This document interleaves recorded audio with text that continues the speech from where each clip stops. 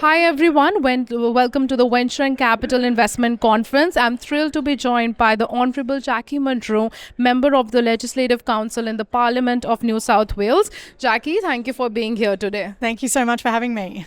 Now, Jacqui, firstly, congratulations on being the youngest Liberal woman and the first LGBTQI plus woman parliamentarian elected to the New South Wales Legislative Council. It's a wonderful achievement. So, can you share some highlights from your journey in politics and what motivated you to pursue a career in public service? Yeah, of course. Well, there's been lots of highlights, as you can imagine. And I think one of the best things about politics is that it always challenges you to think about your moral and ethical code, to be honest. But I joined the Liberal Party 13 years ago, and what really drove me then was a sense of public service, as you say, that it was worthwhile engaging in our democratic system because we're uniquely endowed with this beautiful country's democratic process, which is open, which is free, which allows every person to have a vote and asks every citizen to vote so that their voices can be heard. So some highlights, I mean,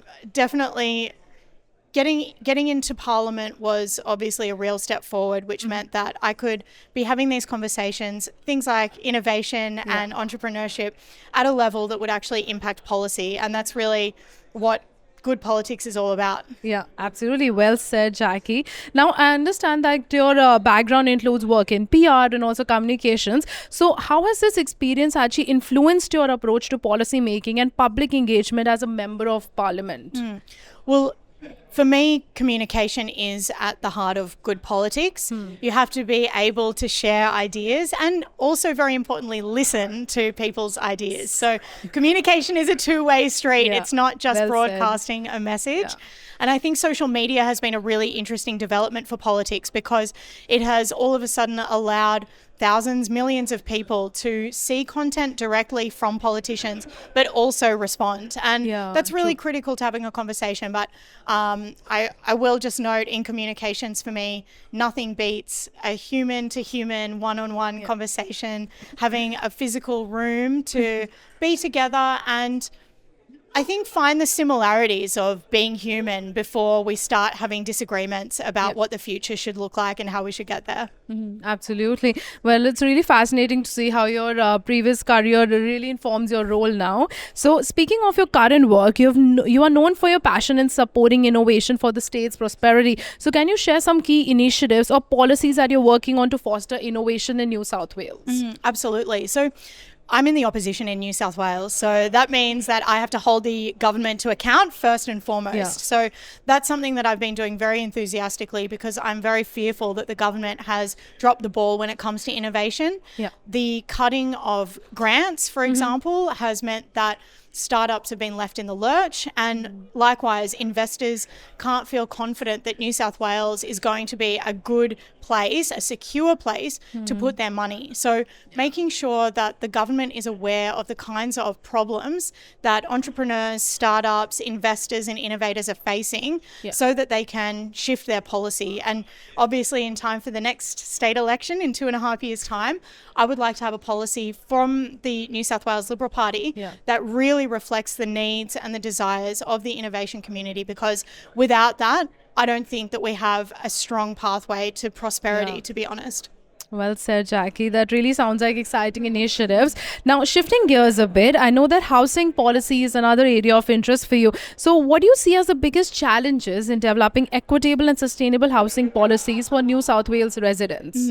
It is a huge problem. We know that housing affordability and rental affordability are really at all-time highs, or affordability is at a low, I guess, but housing is very expensive. So we know that we need to increase supply of housing. There's no doubt about that.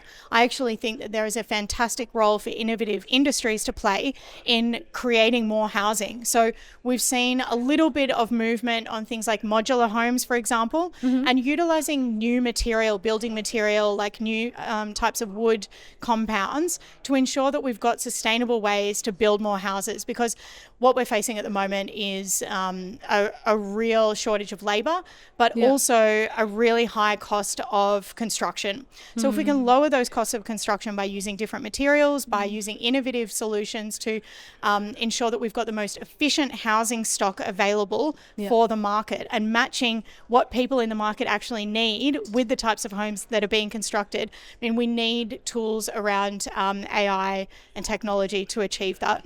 True, wonderful. I have to say that that's a really interesting perspective. Now, moving on, you're also a frequent media commentator on public policy matters. So, how do you see the role of media in shaping political discourse and policy decisions?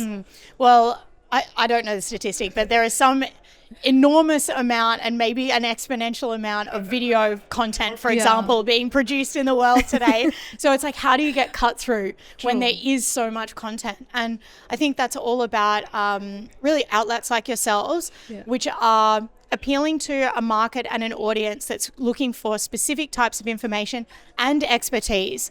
Because I think anybody can produce a video, but you need people like yourselves who are leaders and recognized experts to demonstrate legitimacy, that you should be listened to, and that you've got an insight that other platforms or outlets don't have.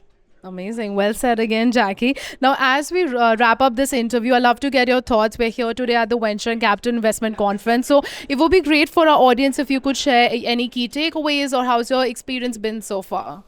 Well, it's been a fantastic day so far, of course, and really interesting in terms of the range of speakers, because I think innovation, at least from a political point of view, hasn't been seen necessarily as a kind of core vote winner, to be honest.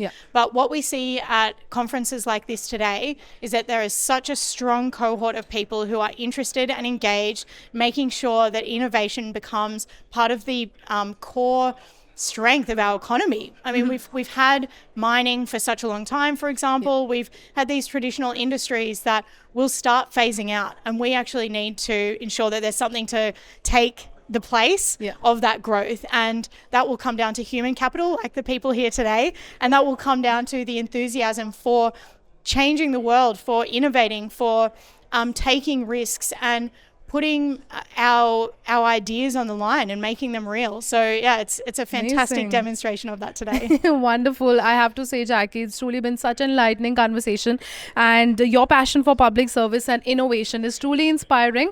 To our viewers, thank you so much for tuning in. I'm sure you found this interview as insightful as I did. I look forward to seeing you all in my next interview. Thank you, Jacqui. Thank you so much for having me.